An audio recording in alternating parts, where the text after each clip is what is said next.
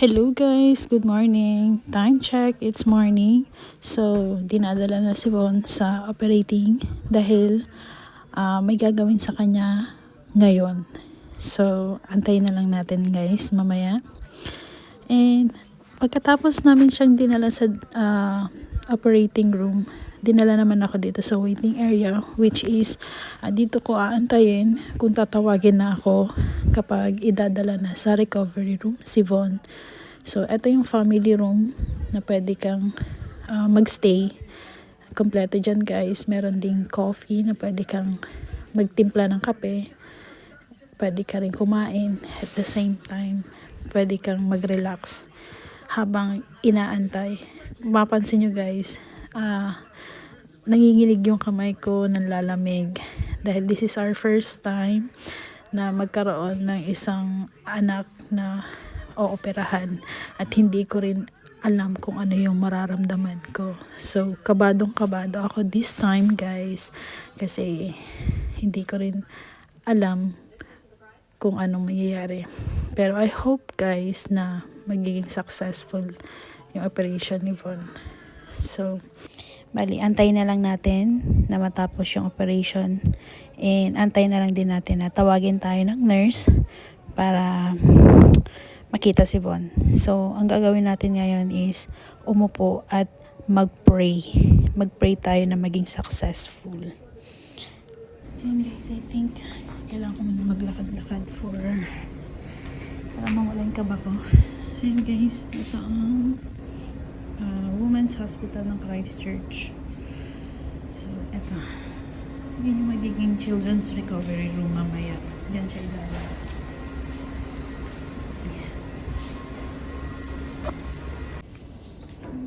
Nilalakad-lakad lang ako. Parang hindi ako mapakali.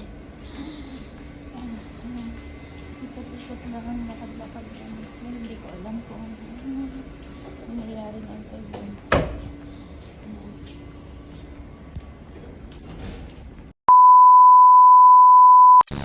2,000 years later. So, ayan na guys. Nandito na sa recovery room si Von. And tapos na yung operation niya. Bon, wake up na. Bon. Come on, Bon. Wake up. Bon.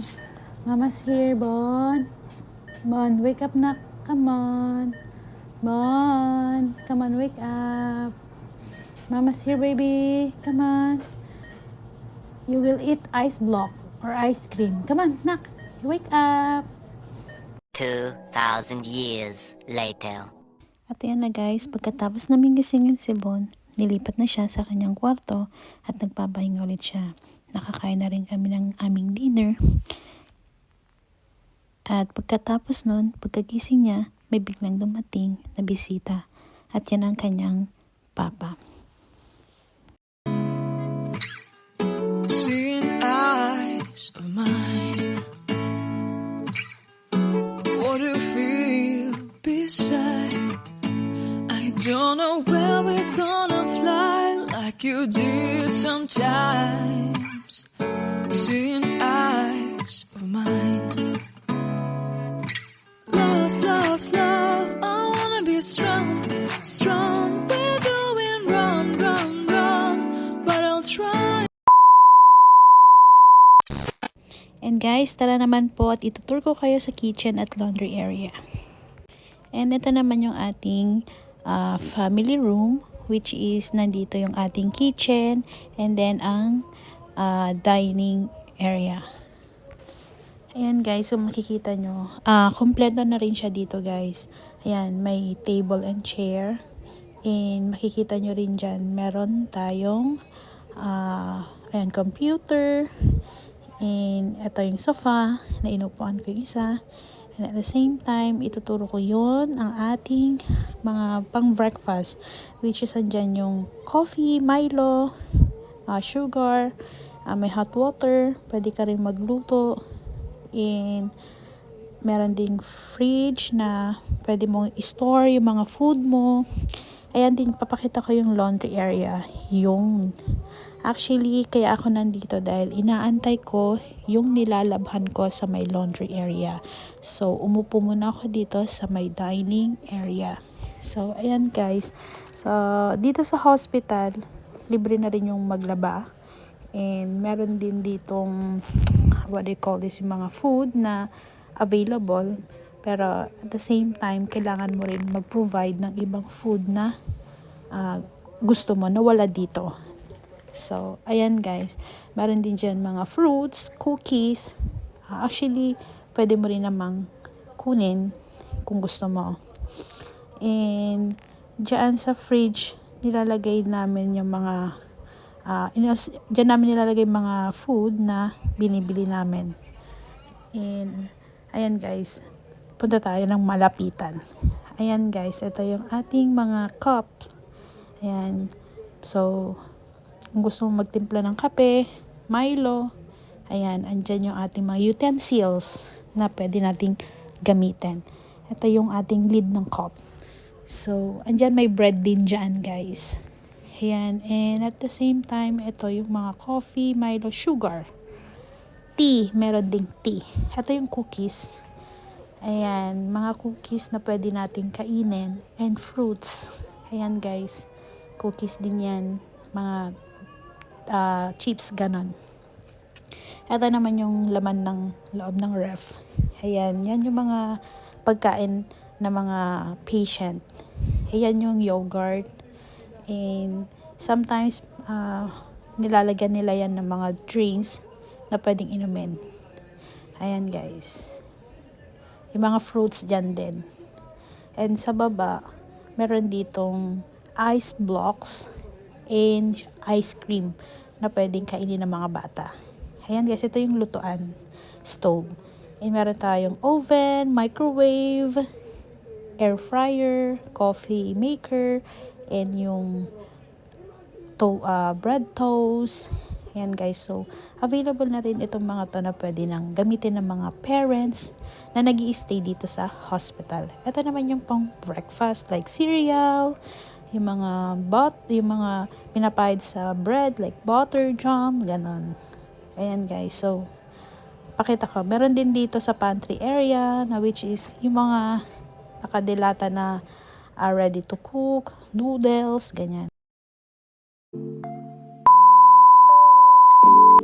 So, ito na nga guys, ang the hardest part na kailangan umuwi ulit ng aking mister. Ayan.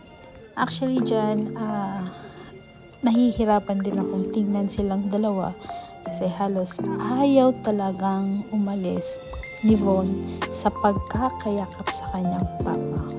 Which is, sobrang hirap din pero kailangan nga rin umuwi ng aking mister dahil may trabaho din siya.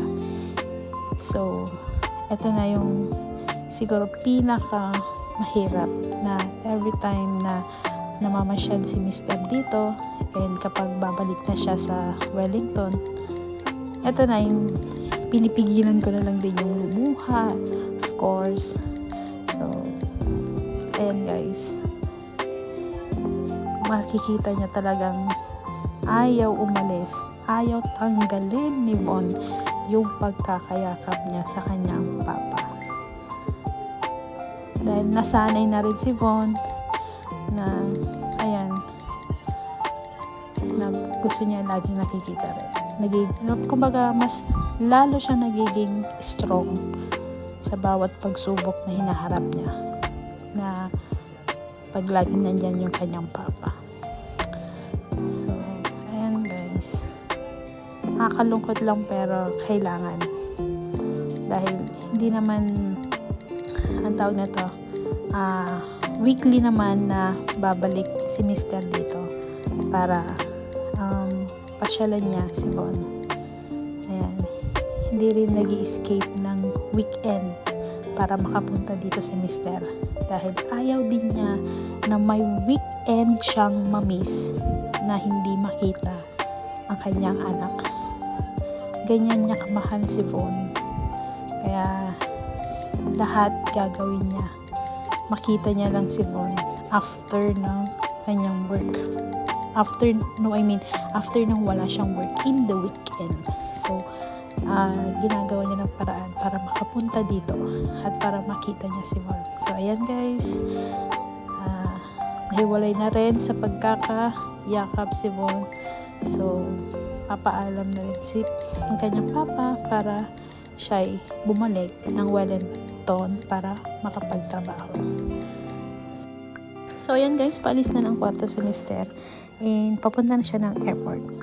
So, that's it for today's vlog, guys. Thank you for watching and I hope you like it. Bye-bye, guys. God bless us all.